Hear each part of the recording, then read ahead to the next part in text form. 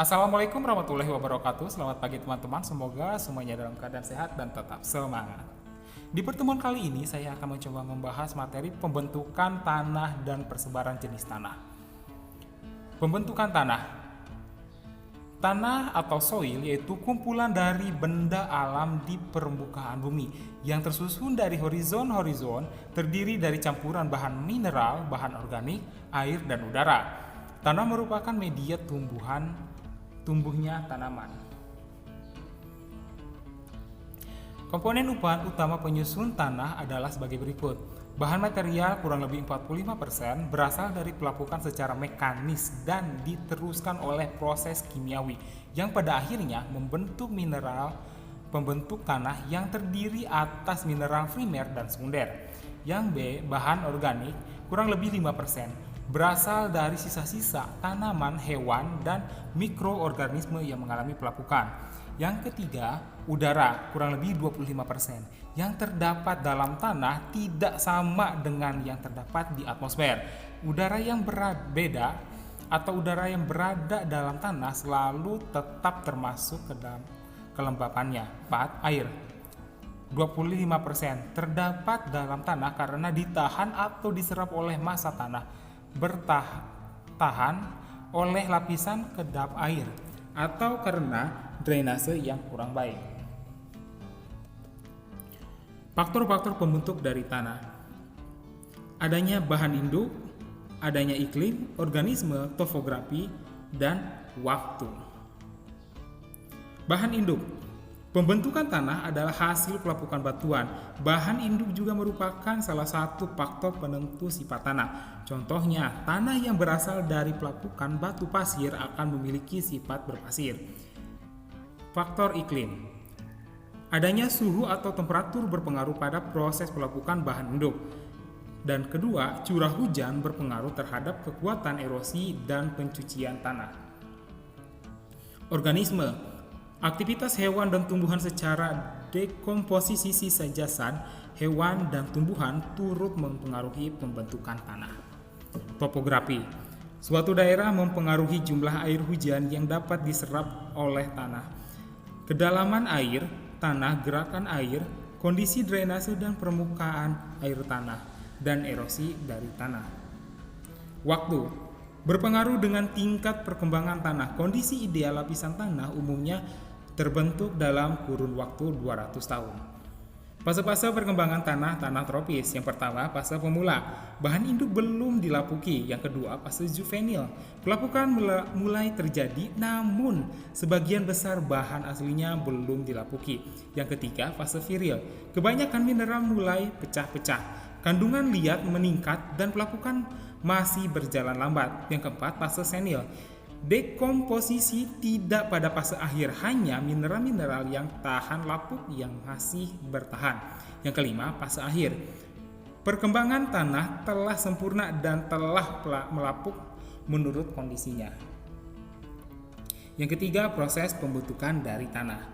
Proses pembentukan tanah diawali dari pelapukan batuan, baik pelapukan fisik maupun pelapukan kimia. Dari proses pelapukan ini, batuan akan menjadi lunak dan berubah komposisinya. Karakteristik dari tanah. Yang pertama, dari keasaman tanahnya. Tanah yang subur adalah tanah yang memiliki sifat netral, yaitu dengan pH antara 6,0 dan 7,0. Tanah yang memiliki pH kurang dari 6 bersifat asam, sedangkan bila lebih dari 7 bersifat basah. Yang kedua, dari warna tanah. Warna setiap jenis tanah berbeda-beda sesuai dengan kandungan mineral dan bahan induknya. Semakin gelap warna tanah, maka tingkat kesuburannya semakinlah baik. Urutan warna tanah berdasarkan tingkat kesuburannya dari yang tertinggi adalah hitam, kemudian coklat, karat, merah, abu-abu, kuning, dan putih yang tidak subur. Karakteristik tanah berdasarkan teksturnya. Tekstur tanah adalah ukuran partikel tanah yaitu pasir, debu, dan liat. Tanah bertekstur liat bersifat lengket dan menyerap banyak air sehingga sulit untuk diolah. Tanah yang cocok untuk pertanian adalah tanah yang mempunyai perbandingan pasir, debu, dan lempung yang hampir seimbang. Yang keempat, struktur dari tanahnya, yaitu ikatan butiran-butiran pasir, debu, dan liat sehingga membentuk suatu gumpalan seperti berbutir, kubus, lempeng, remah, dan prisma. Yang kelima, permeabilitas tanah, yaitu kemampuan tanah dalam penyerapan air. Tanah pasir memiliki pori-pori yang kasar daripada tanah liat, sehingga sulit untuk menahan air. Akibatnya, tanah pada tanah pasir menjadi kekeringan. Yang keenam, konsistensi tanah. Sifat tanah ini berpengaruh pada pengolahan tanah yang akan dilakukan oleh manusia. Tanah dapat dibedakan menjadi tanah gembur, tanah teguh pada saat tanah dalam kondisi basah. Tanah pada saat kering dapat dibedakan menjadi dua, yaitu tanah lunak dan keras. Ini salah satu penampakan dari struktur lapisan tanah. Mulai dari horizon A yang paling atas, horizon A, 1, E, B, C, dan R yang paling bawah, yaitu berupa batuan. Yang pertama, horizon O. Horizon O ini dapat kita temukan pada tanah-tanah hutan yang belum terganggu. Lapisan ini berwarna gelap dan kaya akan humus, merupakan lapisan permukaan. Kedua, horizon A. Horizon ini terdiri atas campuran bahan organik dan bahan mineral. Horizon A merupakan horizon yang mengalami pencucian. Pada lapisan ini merupakan eluviasi yang masih mempunyai banyak humus. Lapisan ini berwarna keabu-abuan dan lebih pucat. Yang ketiga, horizon E. Horizon ini terdiri atas lapisan bawah permukaan yang telah kehilangan sebagian besar kandungan mineralnya karena terjadi eluviasi atau pencucian dari mineral. Yang keempat, horizon B. Pada lapisan ini, partikel dan liat yang tercuci dari horizon E terakumulasi. Kemudian proses akumulasi mineral hasil pencucian ini disebut dengan eluviasi. Hanya terdapat sedikit materi organik pada lapisan ini. Yang kelima, horizon C. Horizon ini tersusun atas bahan induk yang sudah mengalami sedikit pelepukan dan bersifat tidak subur. Horizon C adalah bahan endapan saprolit, batuan yang tidak padu, dan bahan geologi yang agak keras tetapi dapat hancur bila direndam dalam air selama 24 jam. Sedangkan bila lembab dapat digali dengan cangkul. Yang terakhir, horizon R. Horizon ini tersusun atas batuan keras yang belum terlapukan. Lapisan ini merupakan dasar tanah yang terdiri dari batuan yang sangat pejal dan belum mengalami pelapukan.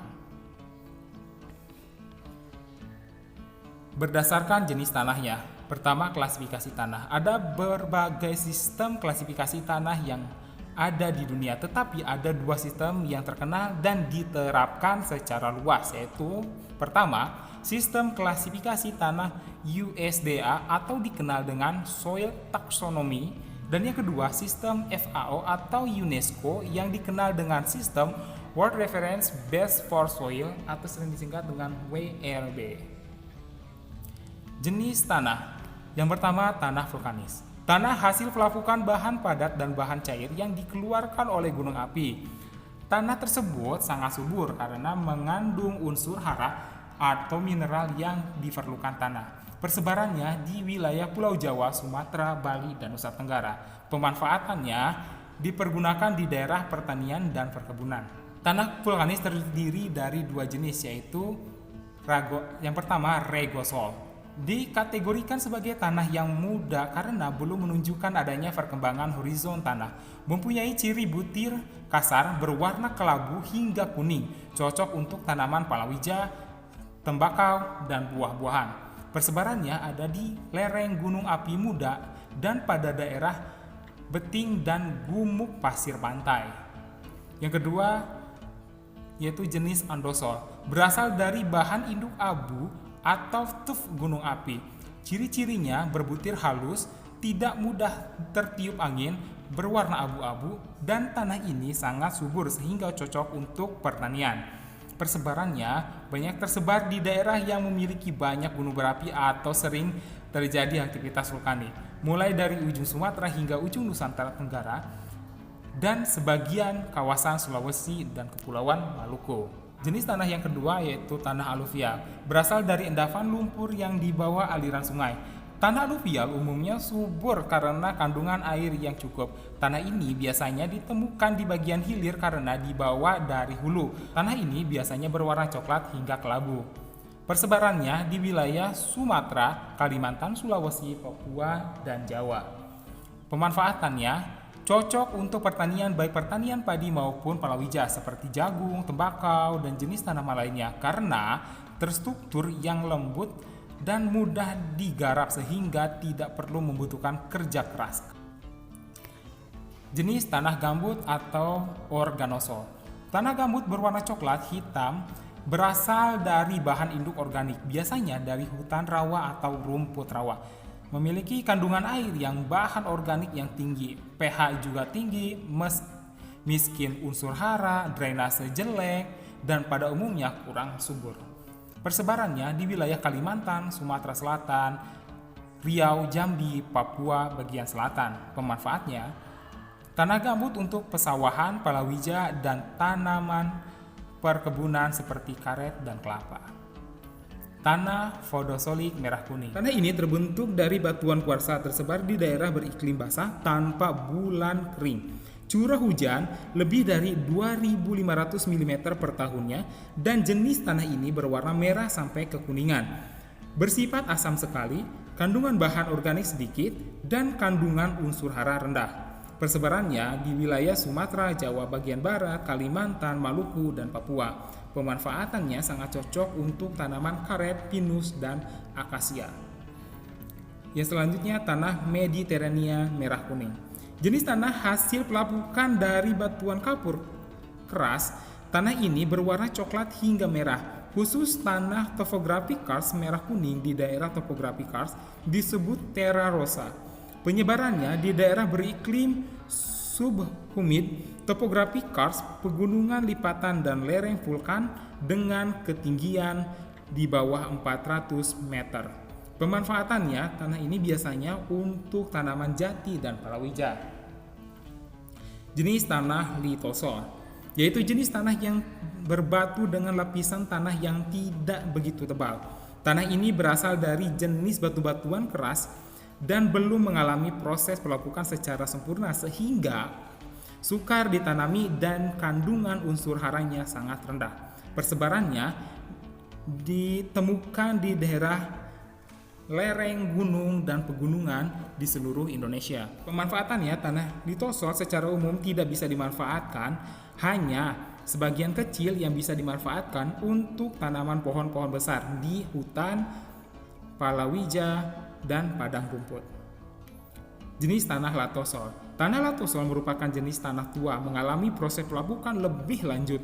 Jenis tanah latosol bersifat asam dan kandungan bahan organiknya rendah. Persebarannya di wilayah Sumatera bagian utara, Sumatera bagian barat, Lampung, Jawa Barat, dan Jawa Tengah.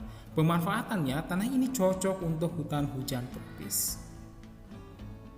Jenis tanah podozolik. Tanah ini terbentuk karena pengaruh suhu rendah dengan curah hujan yang tinggi, berwarna merah hingga kuning. Tanah podozolik mengandung unsur hara yang sangat miskin, tidak subur, dan sulit ditanami. Persebarannya di wilayah Sumatera bagian utara, Sumatera bagian barat, Kalimantan bagian tengah, dan Papua. Pemanfaatannya baik untuk tanaman kelapa dan jambu mete. Jenis tanah mergel. Hampir sama dengan tanah kapur, yang membedakan adalah ia lebih mirip seperti pasir. Tanah mergel terbentuk dari batuan kapur, pasir, dan tanah liat dan mengalami pembentukan dengan batuan hujan namun tidak merata. Persebarannya di wilayah Nusa Tenggara. Pemanfaatannya cocok dimanfaatkan untuk tanaman jati. Jenis tanah laterit. Tanah hasil pencucian karena pengaruh suhu rendah dan curah hujan tinggi mengakibatkan berbagai mineral yang dibutuhkan oleh tanaman larut dan meninggalkan sisa oksida besi dan aluminium berwarna merah sehingga Tanah ini tidak subur. Persebarannya di wilayah Jawa bagian timur, Jawa bagian barat, dan Kalimantan bagian barat. Pemanfaatannya untuk tanaman kelapa dan jambu mete. Jenis tanah humus merupakan jenis tanah yang terbentuk dari pelapukan tumbuh-tumbuhan, mengandung banyak unsur hara dan mineral dan sangat subur. Tanah ini memiliki unsur hara dan mineral yang banyak karena pelapukan tumbuhan hingga warnanya agak kehitam-hitaman. Persebarannya banyak ditemui di wilayah Sumatera, Kalimantan, Jawa, Papua, dan sebagian wilayah dari Sulawesi. Pemanfaatannya, tanah humus sangat baik untuk melakukan cocok tanam karena kandungannya sangat subur dan baik untuk tanaman. Terima kasih sudah menyimak materi di pertemuan kali ini. Semoga bisa bermanfaat dan sampai bertemu lagi di pertemuan selanjutnya. Wassalamualaikum warahmatullahi wabarakatuh.